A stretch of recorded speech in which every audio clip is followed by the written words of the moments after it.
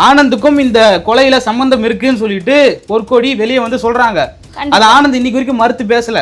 ஒருவேளை ஆனந்துக்கு ஆம்ஸ்டாங் மேல உண்மையிலே பாசம் இருந்து நான் அதை கண்டுபிடிக்க தான் போறேன்னு சொல்லிட்டு நான் மாநில பொறுப்பு ஏற்கிறேன்னா 3 மாத காலங்களில் ஆனந்த் கண்டுபிடிச்சிருக்கணுமா, கண்டுபிடிச்சிருக்க கூடாதா? ஆனா தன்னுடைய கணவனுக்கு நீதி வேண்டும் அப்படின்ற ஒற்றை நோக்குக்காக தான் இவர் கட்சி உருவாக்கினாரா அப்படின்னு கேட்டா அது மட்டுமாக இருக்காது, இன்னும் சில விஷயங்களும் இருக்கலாம். தமிழ்நாட்டு அளவில் பட்டியல் சமூக மக்களுக்காக போராடக்கூடிய ஒரு பெண் தலைவரா பொற்கொடி இருப்பாங்கன்னு சொல்லிட்டு அந்த சமூக மக்களால் பார்க்க முடியாதுன்னு நீங்க நினைக்கிறீங்களா? கண்டிப்பா இன்னொரு மாயாவதி தமிழகத்துல பொற்கொடி தான் மாயாவதியாக உருவாக்குவார் அப்படின்னு கண்டிப்பா உருவாங்க. ஏன் சொல்றேன்னா இந்த ஆண்கள் மீது இல்ல அதிருப்தி, குறிப்பாக திருமாவளவன், ஜெகன்மூர்த்தி போன்ற ஜான் பாண்டியன் போன்றவர்கள் மீதுள்ள அதிருப்தி, கிருஷ்ணசாமி போன்றவர்கள் மீதுள்ள அதிருப்தி. தன்னுடைய கணவர் வந்து அந்த வீட்டு வாசலே ரத்தம் கசிய வெட்டி கொலை செய்யப்பட்ட போது பார்த்து அள்ளி பொறுக்கி கொண்டு போய் மருத்துவமனையில் சேர்த்தாங்க. அப்போ அவங்களுடைய மனநிலை எப்படி இருந்திருக்கும்? எனக்காக போராட ஆனந்த் வருவாரு, ஆனந்த் என்னுடைய கணவருடைய மரணத்திற்கு நீதி வாங்கி கொடுத்துருவாருன்ற ஒரு நம்பிக்கையில அந்த சோகத்திலும் ஆனந்த் வந்து அக்கா நான் கண்டுபிடிக்கிறேன்னு சொன்னப்போ சரிப்பா கண்டுபிடின்னு சொன்னப்போ ஒரு பெரிய ஏமாற்றத்தை 3 மாதத்திற்கு பிறகு இன்னைக்கு ஓராண்டு காலம் ஆயிடுச்சு. ஆம்ஸ்டாங் வழக்கில் எத்தனை பேர் கைதாயிருக்காங்க? கிட்டத்தட்ட 50 பேர் கைதாயிருக்காங்க. ஆனா யார் குற்றவாளி இன்னைக்கு வரைக்கும் நிரூபிக்கப்படல. கலங்கரை நேயர்களுக்கு வணக்கம். கலங்கரை பார்வை நிகழ்ச்சிக்கு உங்களை வரவேற்பதில் மகிழ்ச்சி. வணக்கம். வணக்கம் தம்பி. இன்னைக்கு இந்த வீடியோவில் நம்ம எதை பற்றி பார்க்க போகிறோம்னா, இன்னைக்கு தமிழகமே பேசிய ஒரே விஷயம், அதாவது ஆம்ஸ்டாங்கினுடைய இன்னைக்கு வந்து பார்த்தீங்கன்னா 1ஆம் ஆண்டு நினைவு நாள். அதனால வந்து அந்த நினைவு நாளுக்கு அஞ்சலி செலுத்துவதற்கு பல தலைவர்கள் வந்து முடிவு பண்ணியிருக்காங்க. குறிப்பாக சீமானவர்களும் வந்து பார்த்தீங்கன்னா இவருக்கு வந்து அஞ்சலி செலுத்துறாரு. இதை தான் போயிட்டு இருக்கு அப்படின்னு பார்க்கக்கூடிய வேளையில் அந்த அஞ்சலி செலுத்தக்கூடிய நிகழ்வில் ஆம்ஸ்டாங்கின் மனைவி பொற்கொடி வந்து ஒரு புதிய அதிர்ச்சியை ஏற்படுத்தி இருக்கிறார். யாருமே எதிர்பார்க்கல. அப்படி அந்த வகையில் வந்து பார்த்தீங்கன்னா, அதாவது தமிழ் மாநில பகுஜன் சமாஜ் கட்சியை வந்து ஆம்ஸ்டாங் பொற்கொடி வந்து தொடங்கி இருக்கிறார் அப்படின்றது இன்னைக்கு தலைப்பு செய்தியாக போயிருக்கு. எந்த நோக்கத்துக்காக அவர் கட்சி தொடங்குறாரு, ஏன் அந்த கட்சியிலேருந்து வெளியில வந்தாரு, இப்படின்னு பல கேள்விகள் இருக்கு. அது குறித்து தான் இந்த வீடியோவில் பார்க்கலாம். பொதுவாக வந்து பொற்கொடி வந்து கட்சி ஆரம்பிச்சதற்கான பின்னணி என்னன்னு பார்த்தீங்கன்னா, ஆம்ஸ்ட்ராங்குடைய படுகொலை. கடந்த ஆண்டு ஆம்ஸ்ட்ராங் என்ற ஒரு மாபெரும் தலைவர், வட சென்னை சுற்றி இருக்கக்கூடிய பகுதிகளை வந்து கட்டி ஆண்ட ஒரு மாபெரும் தலைவர் வந்து சமூக விரோதிகளால் கொலை செய்யப்பட்டார். அதுவும் வந்து அதை எதிர்பார்க்க முடியாத ஒரு கொலை, வீட்டு வாசல்லையே. புரியுதுங்களா? அப்படி ஒரு கொலை நடந்த பிறகு அதனுடைய நீட்சியாக தான் இந்த கட்சியினுடைய தொடக்கத்தை நம்ம பார்க்குறோம். பகுஜன் சமாஜ் கட்சி ஆம்ஸ்ட்ராங் தமிழ்நாடு முழுக்க கொண்டு போய் சேர்த்தாரா, இல்லை ஆம்ஸ்ட்ராங் பகுஜன் சமாஜ் கட்சியால் தான் இந்தியா முழுக்க தெரிஞ்சாரா அப்படின்ற ஒரு கேள்வி நமக்கு இருக்குது. அப்படி பார்க்குறப்போ பகுஜன் சமாஜ் கட்சி ஆம்ஸ்ட்ராங் தான் தமிழ்நாட்டுல கொண்டு வராரு. ஏன்னா அதுக்கு முன்னாடி தேசிய அளவில் பகுஜன் சமாஜ் கட்சி இருக்குது. அம்பேத்கருடைய பொன்மொழிகளை கொண்டு போய் பூலேன்னு ஒருத்தர் நாடு முழுக்க சேர்க்குறாரு. அந்த பொன்மொழிகளை கவர்ந்து அந்த பொன்மொழிகளை ஈர்த்து ஒரு கட்சியாக உருவாக்குறாரு. கன்சிராம் வந்து ஒரு கட்சியாக உருவாக்கி பகுஜன் சமாஜ் கட்சியை உருவாக்கி தொடர்ந்து தனித்து உத்தரப்பிரதேசில் போட்டி போட்டு இந்துத்துவா அதிகமாக இருக்கக்கூடிய ஒரு மாநிலமாக இருக்கக்கூடிய இந்துத்துவா மாநிலமாக இன்னைக்கு பார்க்கக்கூடிய யூபியில் கன்சிராம் வந்து அந்த கட்சியை தொடங்கி ஆட்சி அதிகாரத்தை பிடிக்கிறார். 20 ஆண்டு கால போராட்டத்திற்கு பிறகு ஆட்சியை பிடிக்கிறார். அதனுடைய தலைவராக இன்றைக்கு மாயாவதி அவர்கள் இருக்காங்க. அவங்களும் முதல்வராக இருந்திருக்காங்க. ஒரு தேசிய தலைவராக அவங்க வந்து அடையாளப்படுறாங்க. அப்படி இருக்கிறப்போ அந்த கட்சி இருக்குது. அந்த கட்சி இந்தியா முழுமைக்கும் பரவுறதுக்கு மாயாவதி பணம் கொடுத்தாங்க, கருத்துக்களை கொண்டு போய் சேர்த்தாங்க. ஆனால் அங்கங்கே தளபதிகள் உருவாகலை. அப்படிப்பட்ட ஒரு தளபதியாக உருவானவர் தான் ஆம்ஸ்டாங். தமிழ்நாட்டில் பல நாட்களாக இருந்தது. ஆனால் ஆம்ஸ்டாங் வந்த பிறகு தான் பகுஜன் சமாஜ் கட்சி எல்லாருக்கும் தெரியவே ஆரம்பிக்குது. நிச்சயமாக இவர் ஆம்ஸ்டாங் அப்படின்னு நீங்கள் பேசும்போது தான் எங்கள் வீட்டிலிருந்து ஒரு 4 பில்டிங் தள்ளி தான் ஆம்ஸ்டாங் அவர்களினுடைய அந்த வீடு இருக்குது. தற்போது பொற்கொடி அங்கே தான் வசித்துட்டு இருக்காங்க. ஆனால் அதாவது என்னுடைய மகள்கள் படிக்கக்கூடிய அந்த பள்ளிக்கூடம்லே வந்து பார்த்தீங்கன்னா சிபிஎஸ்சி பள்ளிக்கூடம் தான். நிறைய மாணவர்களுக்கு அவர் உயிரோடு இருந்தபோது நிறைய மாணவர்களுக்கு வந்து ஃபீஸ் கட்டி இருக்கிறார் அப்படின்னு சொல்லிட்டு அந்த தலைமை ஆசிரியரே அவர் இறந்த போது வந்து அவருக்கு வந்து படம் வச்சு மரியாதை செலுத்தினாங்க. அது மட்டும் இல்லாமல் வட சென்னை அந்த ஏரியாவில் வந்து பார்த்தீங்கன்னா நிறைய வழக்கறிஞர்களை வந்து படிக்க வச்சு ஆளாக்கி உருவாக்கி இருக்கிறார். மாபெரும் இளைஞர் படை வந்து ஆம்ஸ்ட்ராங் அவர்களினுடைய தளபதிகளாக இன்றைக்கு நிற்கிறார்கள் அப்படின்றது இந்த இடத்துல வந்து பார்க்கக்கூடிய விஷயம். உங்களோட அந்த ஆசிரியரே வந்து தலைமை ஆசிரியரே ஸ்கூல்லேயே அதை பண்ணாருன்னு சொல்கிறீங்களா? ஆமாம். அப்படிப்பட்ட ஒரு வேலையை வந்து ஆம்ஸ்ட்ராங் செஞ்சுருக்காரு. ஆனால் இன்றைக்கி ஆம்ஸ்ட்ராங்குடைய கொலைக்கு காரணம் என்னன்னு இவங்க சொல்கிறாங்கன்னு பார்த்தீங்கன்னா முன்விரோதம் காரணம். ஆம்ஸ்ட்ராங் ஒரு ரவுடி பையா தானே, ஆம்ஸ்ட்ராங் கட்ட பஞ்சாயத்து பண்ணிட்டு சுற்றிட்டு இருந்தார், அவன் செத்தா என்ன சாவரனா நாட்டுக்கு என்ன பிரச்சனை அப்படின்னு பேசக்கூடிய ஆட்களும் தமிழ்நாட்டில் இருக்காங்க. கண்டிப்பா நீங்கள் சொல்கிறீங்கல்ல பள்ளி மாணவர்களை படிக்க வச்சார், நிறைய அட்வொகேட்ஸை படிக்க வச்சாருன்னு சொல்லிட்டு, இது எங்கேருந்து தொடங்குது ஆம்ஸ்ட்ராங்குக்கு வருதுன்னு பார்த்தீங்கன்னா சமீபத்தில் ஒரு கேஸ் ஒன்று ஏடிஜிபி ஜெயராமன், ஜெகன்மூர்த்தி இவங்களோட கேஸ் ஒன்று நீங்கள் பார்த்துருப்பீங்க. அந்த கேஸில் ஜெகன்மூர்த்தின்னு ஒருத்தர் இருக்கார்ல, அவரோட அண்ணன் மூர்த்தியார், அவர் தான் வந்து ஆம்ஸ்ட்ராங்கோடைய வழிகாட்டியாக ஆம்ஸ்ட்ராங் ஏற்றுக்கிட்ட ஒரு தலைவராக இருக்கார் தமிழ்நாட்டில். யார் அந்த மூர்த்தி அப்படின்னு பார்த்தீங்கன்னா அவர் பட்டியல் சமூக மக்களுக்காக தோன்றின தமிழ்நாட்டின் முதல் தலைவராக பார்க்கப்படுறார். பட்டியல் சமூக மக்களை ஆட்சி அதிகாரத்துக்கு கொண்டு போகணும்னு சொல்லிட்டு ஒரு கட்சியை, பகுஜன் சமாஜ் கட்சி இல்லை, அவர் வந்து இன்னொரு கட்சியை ஆரம்பித்து அந்த கட்சியை வந்து தூக்கிட்டு போகிறார். ஏபிஎல்எஃப்னு சொல்லுவாங்க, புரட்சி பாரதம்னு சொல்லுவாங்க. அந்த கட்சியை எடுத்துகிட்டு வந்து பல்வேறு வழக்கறிஞர்களை முதல்ல உருவாக்குனது அவர் தான். திருவள்ளூர், சென்னை, காஞ்சிபுரம், அரக்கோணம் பகுதிகளில் ரொம்ப வலுவாக ஸ்ட்ராங்காக அவங்க இருந்தாங்க. அந்த சமூகத்து மக்களுக்காக போராடினார். அவர் வந்து ஒரு காலகட்டத்தில் சமூக விரோதிகளால் கொலை செய்யப்பட்டார். இன்னொரு சம்பவமாக என்ன சொல்லுவாங்கன்னா அவரே தற்கொலை பண்ணிக்கிட்டாருன்னு சொல்லுவாங்க. கண்டிப்பா. ஆனால் அதெல்லாம் தாண்டி அவருடைய அந்த நீட்சி இருக்குது பார்த்தீங்களா, அவருக்கு அப்புறமா யாருமே அந்த அந்த சமூக மக்களை வழிநடத்தலை. அதற்கு பிறகு அவங்க தம்பியே கூட வந்து சுணக்கப்போக்காக இருந்தது. ஆனால் அதுக்கு பிறகு அந்த சமூக மக்களை சரியான முறையில் அம்பேத்கர் பாதையில் வழிநடத்துறது யாருன்னு பார்த்தீங்கன்னா ஆம்ஸ்ட்ராங் அவர்கள் தான். நிறைய மக்களை படிக்க வச்சார். சமீபத்தில் இவர் ஜெகன்மூர்த்தி வந்து கோர்ட்டுக்கு போனப்போ வழக்கறிஞர்கள் பட்டாளமே உள்ளே போச்சு. நீதிமன்றம் கூட கேள்வி கேட்டுச்சு, இவங்களுக்கு காசு கொடுத்து அந்த பட்டாளம் வரல, மூர்த்தியார் சம்பாரித்து வச்சுட்டு போன அந்த வழக்கறிஞர்களும் ஆம்ஸ்ட்ராங் சம்பாரித்து வச்சுட்டு போன அந்த வழக்கறிஞர்களும் படிக்க வச்ச வழக்கறிஞர்கள் எல்லாரும் சேர்ந்து ஜெகன்மூர்த்திக்கு ஆஜரான சுச்சுவேஷன் தான் அன்றைக்கி. யாருக்கும் காசு கொடுத்து கூப்பிடல, யாரையும் நீங்கள் வந்துடுங்க ஜெகன்மூர்த்தி அப்பேர் ஆகிறான்னு சொல்ல, எங்கள் அண்ணன் நம்பர் ஜெகன்மூர்த்தி அப்படின்னு சொல்லிட்டு தான் வந்தாங்க. இவங்களுடைய படை தான் அது. அப்படி தான் நம்ம பார்க்க போடுறோம். அந்த ஆம்ஸ்ட்ராங் கொலை செய்யப்படுறார். எப்படி கொலை செய்யப்படுறாருன்னா சமூக விரோதிகளால் சொல்கிறாங்க ஆற்காடு சுரேஷ் அந்த கொலைக்கு காரணமாக தான் இந்த கொலை வந்தது, ஆற்காடு சுரேஷ் எது கொலை செய்யப்பட்டார், தென்னரசு கொலை செய்யப்பட்டதுனால தான் கொலை செய்யப்பட்டார் அப்படின்னு சொல்கிறாங்க. இதெல்லாம் தாண்டி ஆருத்ரா வழக்கு அது இதுன்னு சொல்லிட்டு பேசுகிறாங்க. இதெல்லாம் தாண்டி ஒரு பெரிய அரசியல் தலையீடு இருக்கும் அப்படின்றது நம்ம எல்லாருக்குமே தெரிஞ்ச விஷயமா இருக்கு. புரியாத ஒரு புதிராக தான் இதில் என்ன ஒன்று நுட்பமாக பார்க்கணுன்னா ஆம்ஸ்ட்ராங் அவர்கள் தலித் அரசியலை மட்டுமே பேசாமல் வன்னியர் பறையர் ஒற்றுமையை பேசக்கூடிய ஒரு ஆளாக, அன்புமணி அவர்களோடு ரொம்ப இணக்கமாக இருந்த ஒரு தலைவராக ஆம்ஸ்ட்ராங் பார்க்குறோம்.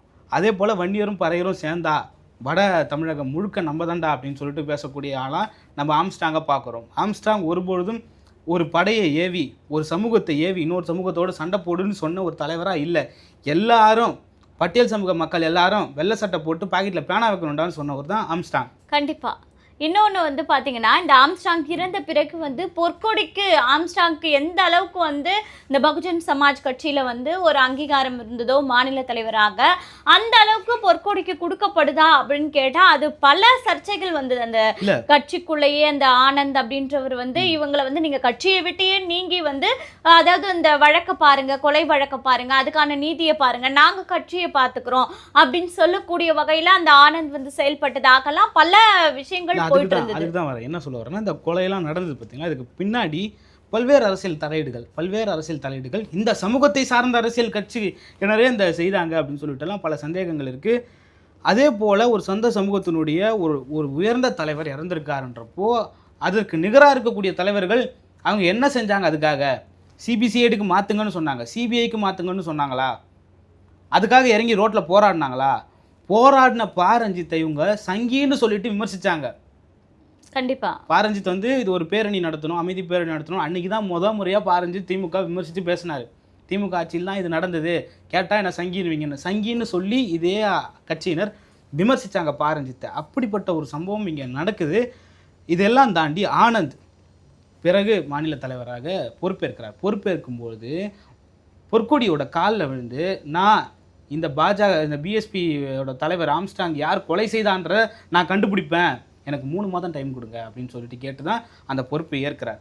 ஏற்று 3 மாதங்களுக்கு பிறகு அவருடைய போக்கு வேறு வடிவில் போகுது. அப்போது பொற்கொடி கேட்குறாங்களாம், ஏன் இந்த மாதிரி கேட்குறேன் நீங்களே, அதுவேவா வேலை, கட்சிக்கு பல்வேறு வேலை இருக்குது, உங்களுக்கு அதுவே வேலைன்னா நீங்கள் போய் தனியாக போய் எங்கி கண்டுபிடிங்க அப்படி சொன்னதா பொற்கொடியே பேட்டி கொடுத்துருக்காங்கல்ல. அப்போது ஆனந்துக்கும் இந்த கொலையில சம்பந்தம் இருக்குன்னு சொல்லிட்டு பொற்கொடி வெளியே வந்து சொல்றாங்க. அது ஆனந்த் இன்னைக்கு வரைக்கும் மறுத்து பேசல.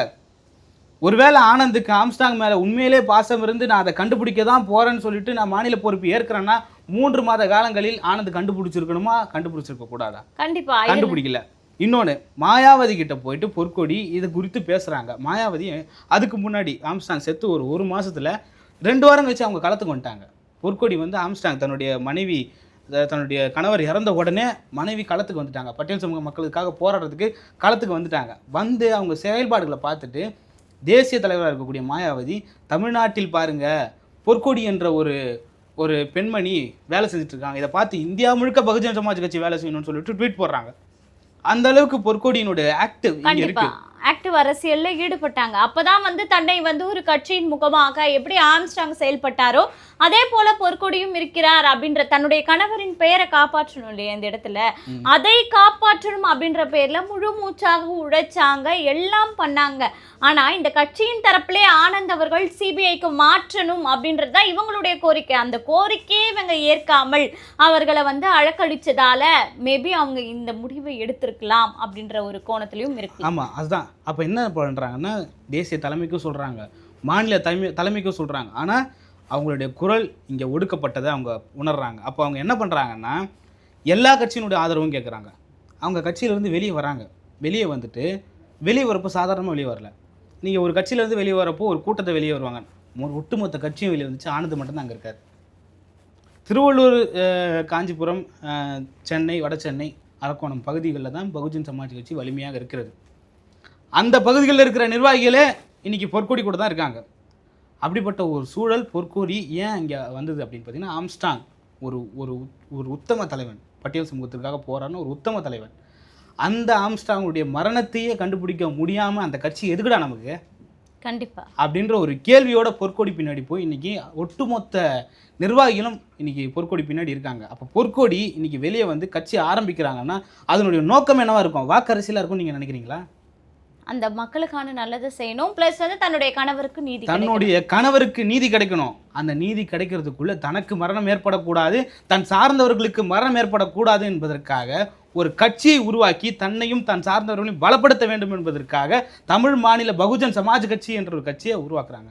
கண்டிப்பாக. அதே மாதிரி இப்போ நம்ம நிறைய விஷயங்கள் பார்த்துருப்போம். இப்போ காங்கிரஸ் கட்சியிலேருந்து உருவானது தான் தமிழ் மாநில காங்கிரஸ் அப்படின்னு. இப்போ அதிமுகக்குள்ளே பல சர்ச்சைகள் உருவாச்சு. அந்த சர்ச்சையின் போது வெளியே வந்து டிடிவி தினகரன், சசிகலா இவங்கள ஒதுக்கப்பட்டதால் அவங்க உருவாக்குனது தான் அமமுக, அம்மா மக்கள் முன்னேற்ற கழகம்னு. இப்படி வந்து பல கட்சிகள் ஒவ்வொரு நோக்கத்திற்காக உருவாக்கப்பட்ட விஷயங்கள் வரலாறுகளை நம்ம பார்த்து கொண்டு தான் வரும். ஆனால் தன்னுடைய கணவனுக்கு நீதி வேண்டும் அப்படின்ற ஒற்றை நோக்குக்காக தான் இவர் கட்சி உருவாக்கினாரா அப்படின்னு அது மட்டுமாக இருக்காது, இன்னும் சில விஷயங்களும் இருக்கலாம் அப்படின்ற கோணத்திலும் தான் நம்ம இந்த பார்வையை இன்னைக்கு பட்டியல் சமூக மக்களை வைத்து அரசியல் ஒரு பெரும்பான்மை சமூகமா பட்டியல் சமூகம். தமிழ்நாட்டில் 2 சமூகம் பெரும்பான்மை சமூகம். தமிழ்நாட்டிலேயே 2 சமூகம் தான், ஒன்று பறையர், இன்னொரு வன்னியர். ஆமா, இந்த சமூகங்களுக்குள்ள இருக்கக்கூடிய தலைவர் உண்மையான தலைவரா இருக்காரா அப்படின்னா பாத்தீங்கன்னா வன்னியர் சமூகத்திற்கு ஒரே ஒரு வன்னியர் சங்கம், ஒரே ஒரு கட்சி. ஆனால் நீங்கள் இங்கே பார்த்தீங்கன்னா பல்வேறு கட்சிகள், பல்வேறு இயக்கங்கள் ஒவ்வொரு பக்கமாக அந்த மக்களை பிச்சு பிளந்து இருக்கிற நேரத்தில் ஒருத்தர் வந்து எனக்கு வாக்கரசியல் தேவையில்லடா, ஏங்க 40 தொகுதி பாராளுமன்ற தொகுதியில் 234 தொகுதியில் தனியாக நிற்பாங்க. ஒரு தொகுதிக்கு எவ்வளோ வாக்கு விழுன்னு நினைக்கிறீங்க நீங்கள்? ஒரு பூத்துக்கு எவ்வளோ வாக்கு விழுன்னு நினைக்கிறீங்க? 1 ஓட்டு 2 ஓட்டு 0 ஓட்டுலாம் கூட விழுந்திருக்கு. ஆனாலும் நீ நில்லுடா அப்படின்னு சொல்லுவார். பொது தொகுதியில் நிற்கக்கூடாதுன்னா, பொது தொகுதியில் நடக்கக்கூடாதுன்னா, நீ பொது தொகுதியில் வேட்பாளராக நில்றா அப்படின்னு நிற்க வச்சவர் ஆம்ஸ்டாங். கண்டிப்பா ஒரு உரிமை குரலாக அந்த இடத்துல வந்து அந்த மக்களுக்கு இருந்து. ஆம்ஸ்டாங் நினைச்சிருந்தா அதிமுகவிலயோ திமுகவிலயோ கூட்டணி வச்சு நீங்க வாங்குறீங்களா 100 கோடி 150 கோடி 200 கோடி, நான் யாரை வெளிப்படையாவே நம்ம சொல்லுவோம், விசிகா காசு வாங்காம தேர்தலில் திமுகவோட அங்கம் வைக்கிறாங்க. கண்டிப்பா இல்ல இப்போ ஜெகன்மூர்த்தியா கூட இருக்கட்டுமே, அதிமுகவோட காசு வாங்காமையே அங்கம் வைக்கிறாரு. காசு வாங்கிட்டு தானே வைக்கிறாங்க. ஆனா தனிச்சு நிக்கிறதுனால உங்களுக்கு என்ன லாபம் வருது? எந்த விதமான லாபமும் கிடையாது. ஒட்டுமொத்த 234 தொகுதியிலும் சேர்த்து 1 லட்சம் ஓட்டு 2 லட்சம் ஓட்டு தான் வாங்கப்படும். ஆம்ஸ்டாங் நிற்கிற அந்த தொகுதியில் மட்டும்தான் 50,000 20,000 30,000 வாக்குகளை அவர் வாங்குவார். மற்ற எந்த தொகுதியிலும் வாக்கே இருக்காது. ஆனால் அவங்களுடைய நோக்கம் என்னென்னா பட்டியல் சமூக மக்கள் ஆட்சி அதிகாரத்தை நோக்கி போகணும். அதுக்கு முதல் ஸ்டெப் எங்கே எடுத்துக்கணும்? பொது தொகுதியாக இருக்கட்டும், தனி தொகுதியாக இருக்கட்டும், அவன் வேட்பாளராக களமிறங்கணும். அப்படி ஒரு நோக்கம் இருந்தது. நான் தனியாக நிற்கிறேன், எனக்கு ஓட்டு போட்டால் போடு, போடலைன்னா போன்னு சொல்லிட்டு ஆம்ஸ்டாங் பல ஆண்டுகளா தனியா நின்று சாதிச்சாரு. பல அதே வேலையை புரட்சிகளையும் செஞ்சுட்டு வந்தார் அந்த மக்கள். பல்வேறு விஷயங்களை செஞ்சுட்டு வந்தாருங்க. இன்னைக்கு ஆம்ஸ்ட்ராங் அவர்களுடைய மனைவி பொற்கொடிக்கு தன்னுடைய கணவருக்கு நீதி வாங்கி தரணும் என்பது மட்டுமே நோக்கமா இருக்காது.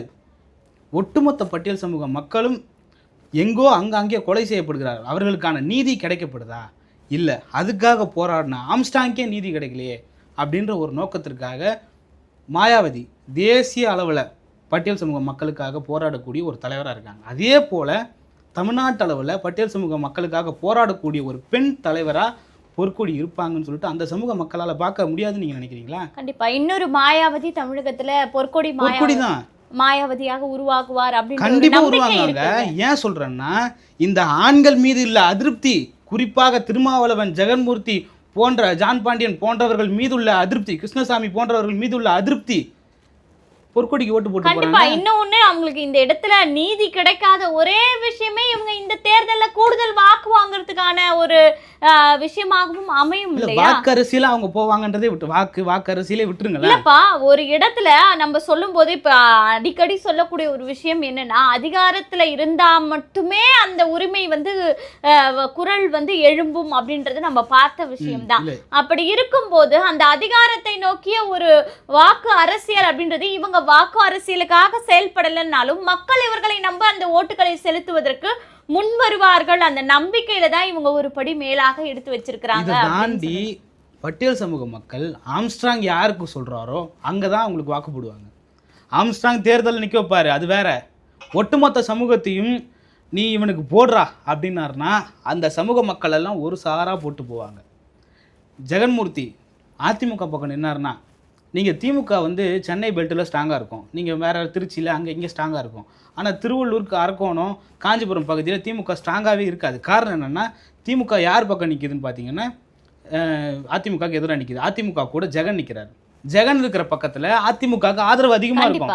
அப்போ அந்த சாரார்கள் ஓட்டை பிரிக்கிறாங்க. இந்த வேலையை இவங்க பார்க்குறப்போ, இன்னைக்கு ஆம்ஸ்ட்ராங்கோட மனைவி பொற்கொடி நீதி கேட்டு நிற்கிறப்போ ஒரு பட்டியல் சமூகத்தை சார்ந்த ஆண் தலைவர்கள் கூட ஆம்ஸ்ட்ராங்கோட நீங்கள் இன்றைக்கி வந்து நின்னீங்களா? இதே செல்வ பிறந்தகையாக இருக்கட்டும், இதே திருமாவளவனாக இருக்கட்டும், இதே ஆனந்தா இருக்கட்டும், இதே ஜெகன்மூர்த்தியாக இருக்கட்டும், அவங்க உங்களை நம்பாமல் என்ன பண்ணுறாங்க? அன்புமணி ராமதாஸ் அவர்கள்கிட்ட போயிட்டு தன்னுடைய நினைவு நாள், தன்னுடைய கணவருடைய நினைவு நாளுக்கு கொடுக்குறாங்க, சீமானவர்கிட்ட கொடுக்குறாங்க, வேல்முருகன்கிட்ட கொடுக்குறாங்க, எல்லா தலைவர்களையும் பார்த்து கொடுத்துட்டாங்க. அவங்க ஒரு பொது தலைவராக தமிழ்நாட்டில் பட்டியல் சமூகத்திற்காக போராடக்கூடிய ஒரு பொது தலைவராக உருவாக்க அவங்க பார்க்குறாங்க. உருவாகுவாங்க, கண்டிப்பாக உருவாவாங்க. அதே போல அந்த பட்டியலின மக்களும் வந்து நிச்சயமாக ஒரு ஆம்ஸ்ட்ராங் எந்த அளவுக்கு இருந்து அந்த மக்களின் குரலாக ஒலித்தாரோ அதே வகையில வந்து பொற்கொடியும் ஒலிப்பார் அப்படின்ற நம்பிக்கையில வந்து இருப்பாங்க, செயல்படுவாங்க அப்படின்றத நம்ம இந்த இடத்துல. இதனால யாருக்கு வாக்கரசியல்ல பாதிப்பு ஏற்படும் பார்த்தீங்கன்னா, இன்னைக்கு சென்னை, வட சென்னை போன்ற பகுதிகளில் திருமாவளவனுக்கு வாக்கு இருக்கிறதோ என்ற ஒரு நம்பிக்கையில் திருமாவளவன் இருக்கிறார். இது திருமாவளவனுக்கு ஒரு பெரிய பின்னடைவு. ஏன்னா இந்த பக்கம் ஏடிஎம்கேல அந்த ஜெகன்மூர்த்தி அவர்களுக்கும் ஒரு பின்னடைவு ஏற்பட வாய்ப்பு இருக்கு. பின்னடைவு எல்லாருக்கும் இது ஒரு பின்னடைவு. வாக்கரசியலுக்கு பொற்கொடி உள்ள வந்துட்டாங்கன்னா இந்த ரெண்டு பெரும் தலைவர்களுக்கு பெரும் பின்னடைவை ஏற்படுத்தும். ஏன்னா ஒரு சமூக நீதி ஆட்சின்னு சொல்றீங்க, நாங்கள் தான் தலித் மக்களின் பாதுகாவலன்னு சொல்றீங்க, தலித் மக்களுக்காக போராடக்கூடிய ஒரு ஆக்டிவான ஒரு தலைவர் ஆம்ஸ்ட்ராங் கொலை செய்யப்பட்டதற்கு உங்களுடைய கண்டனங்கள் என்னங்க? இன்னைக்கும் திமுக கூட்டணி தானங்க விசிகா இருக்கிறீங்க, இன்னைக்கும் அதிமுக கூட்டணி தானங்க நீங்க இருக்கீங்க. என்ன கேட்டிருக்கணும்? அவர் செத்தா என்ன, நீங்கள் செத்தா என்ன? ரெண்டும் ஒரே உயிர் தானே, ரெண்டும் ஒரே சமூக மக்களுக்காக போராடுறவங்க தானே. அப்போ நீங்கள் என்ன பண்ணியிருக்கணும்? செத்த அன்றைக்கி கூட்டணியிலேருந்து வெளியே வந்திருக்கணும். எல்லாரும் பேசுகிறாங்களே தலித் தலைவர்களுக்கு பாதுகாப்பு இல்லை, தலித் தலைவர்களுக்கு பாதுகாப்பு இல்லைன்னு. தலித் தலைவர்களுக்கு பாதுகாப்பு இல்லாத கட்சியினோடு கூட்டணி வைக்க மாட்டேன்னு சொல்லிட்டு திருமாவளவன் வெளியே வந்திருந்தான்னா ஒட்டுமொத்த பட்டியல் சமூகமும் திருமாவளவன் பின்னாடி இருக்கும். அந்த தலித் தலைவருக்கு பாதுகாப்பாக தானே திமுக செயல்படுது. அப்படி இருக்கும்போது அவர் எப்படி வெளியே வருவார்? அதான் அப்போது அவங்களோட எண்ணம் என்னென்னா, என்னுடைய கணவருக்கு பாதுகாப்பு இல்லாத நாட்டில் என்னுடைய கணவனுக்கு செத்த பிறகும் கூட வந்து அழாத இந்த தலைவர்களோடு என்னால் இருக்க முடியாது. தனியாக நான் ஒரு கட்சி தொடங்குறேன், தமிழ் மாநில பகுஜன் சமாஜ் கட்சி. நீங்கள் வேணால் பாருங்கள், பொற்கொடி எப்படி ஆம்ஸ்ட்ராங் இருக்கும் பொழுது அந்த வடசென்னை பகுதியை கட்டி ஆண்டாங்களோ அதே போல் அந்த வடசென்னை பகுதியை திரும்பவும் கைப்பற்றி பொற்கொடி ஆளலை. நீங்கள் என்னென்னு கேளுங்க, ஒரு கணவரை இழந்து தவித்த ஒரு மனைவி எப்படி இருக்கணும்? ஒரு அறையில் உட்காந்து அழுதுட்டு இருக்கணும். ஆனால் எழுந்து வீதிக்கு வந்து நான் அதே மக்களுக்காக போராடுவேன். கண்டிப்பா நீங்க சொல்றது அந்த காலம் இல்லையா? அந்த மாதிரி இப்போ கணவனை இழந்த மனைவி வந்து வீட்டில் உட்காந்துட்டு அழுத்துட்டு இருக்கணும், அவங்க வந்து யாரையுமே பார்க்கக்கூடாது மக்களை அப்படின்னு சொல்றதெல்லாம் அந்த காலம். இப்போ புரட்சி செய் அப்படின்ற இடத்துல நம்ம வந்து தள்ளப்பட்டு விட்டோம். இருக்கக்கூடிய ஆட்சியாளர்கள் நம்மளை புரட்சி செய்யணும், மக்களாக புரட்சி செய்யும் போது தான் இந்த தமிழ்நாட்டில் விடுவு கிடைக்கும் அப்படின்ற ஒரு காலகட்டத்தை நோக்கிய பயணத்தில் போயிட்டு இருக்கோம். அப்படி இருக்கும்போது இதை போன்ற, அதை தன் கணவர் போன்ற ஒரு சமூக ஆர்வலராக இருந்து ஒரு பட்டியலின மக்களை வாழ்வாதாரத்துக்காக போராடிய ஒரு கணவரினுடைய மனைவியாக இருந்து கொண்டு அவங்க வந்து வீட்டில் இருந்து இந்த மாதிரி அழுதுட்டு இருந்தாங்கன்னா அப்போ அந்த மக்களின் நீதி கடைசி வரை நீதி கிடைக்காமலே போயிடும். அதான் சொல்கிறேன். அப்போ அவங்க முடங்கி இல்லாமல், அதான் தன்னுடைய கணவர் வந்து அந்த வீட்டு வாசலே ரத்தம் கசிய வெட்டி கொலை செய்யப்பட்ட போது பார்த்து அள்ளி பொறுக்கி கொண்டு போய் மருத்துவமனையில் சேர்த்தாங்க. அப்போது அவங்களுடைய மனநிலை எப்படி இருந்திருக்கும்? எனக்காக போராட ஆனந்த் வருவார், ஆனந்த் என்னுடைய கணவருடைய மரணத்திற்கு நீதி வாங்கி கொடுத்துருவாருன்ற ஒரு நம்பிக்கையில் அந்த சோகத்திலும் ஆனந்த் வந்து அக்கா நான் கண்டுபிடிக்கிறேன்னு சொன்னப்போ, சரிப்பா கண்டுபிடின்னு சொன்னப்போ ஒரு பெரிய ஏமாற்றத்தை 3 மாதத்திற்கு பிறகு இன்றைக்கி ஓராண்டு காலமாயிடுச்சு. ஆம்ஸ்ட்ராங் வழக்கில் எத்தனை பேர் கைதாயிருக்காங்க? கிட்டத்தட்ட 50 பேர் கைதாயிருக்காங்க. ஆனால் யார் குற்றவாளி இன்னைக்கு வரைக்கும் நிரூபிக்கப்படலை. சம்பவ செந்தில் இன்னும் தேடுதல் இருக்காங்க. யார் கொலை பண்ணதுனே தெரியல. ஒரு பெரிய சென்னை மாநகரில் ஒரு ஜொமேட்டோ ட்ரெஸ்ஸு போட்டு வந்து கொலை பண்ணிட்டு போனாங்க. ஓராண்டு காலம் முடிஞ்சிச்சு திமுக ஆட்சியில். இன்னைக்கு வரைக்கும் யார் கொலை செய்யப்பட்டதுன்னு கண்டுபிடிக்கப்படலை. சரி, பட்டியல் சமூக மக்களுக்காக போராடணும் என்ற ஒரு நோக்கத்திற்காக வீட்டில் இருந்து முடங்கி இருந்த பொற்கொடி எழுந்து வந்து புதிய கட்சி ஆரம்பித்து அந்த சமூக மக்களுக்காக போராடுவாங்க அப்படின்னு இந்த சமூக மக்களே நம்பி தான் இன்றைக்கி கூட நிற்கிறாங்க. கண்டிப்பாக நிச்சயமாக அவங்க வந்து மக்கள் எதிர்பார்ப்பது போல் நிச்சயமாக அவங்க போராடுவாங்க, புரட்சியும் செய்வாங்க அப்படின்ற ஒரு நம்பிக்கையோடு அவங்களுக்கு வாழ்த்துக்களையும் தெரிவித்து இதே போல் ஒரு முக்கிய நிகழ்ச்சியில் சந்திக்கலாம். நன்றி, வணக்கம். நன்றி.